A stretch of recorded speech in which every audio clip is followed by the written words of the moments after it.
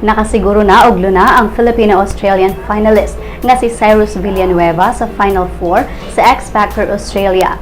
Ngadtong Martes, ang 19 anyos bi-impress sa judges pinaagi sa iyang rendition sa sikat nga kanta ni Ellie Goulding nga Love Me Like You Do. Love me like you do, love me like you do. Love me like you do, love me like you do.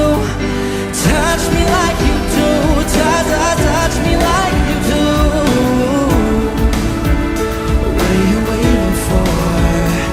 I'll let you set the pace, 'cause I'm not thinking straight. My head's spinning around, I can't see clear no more.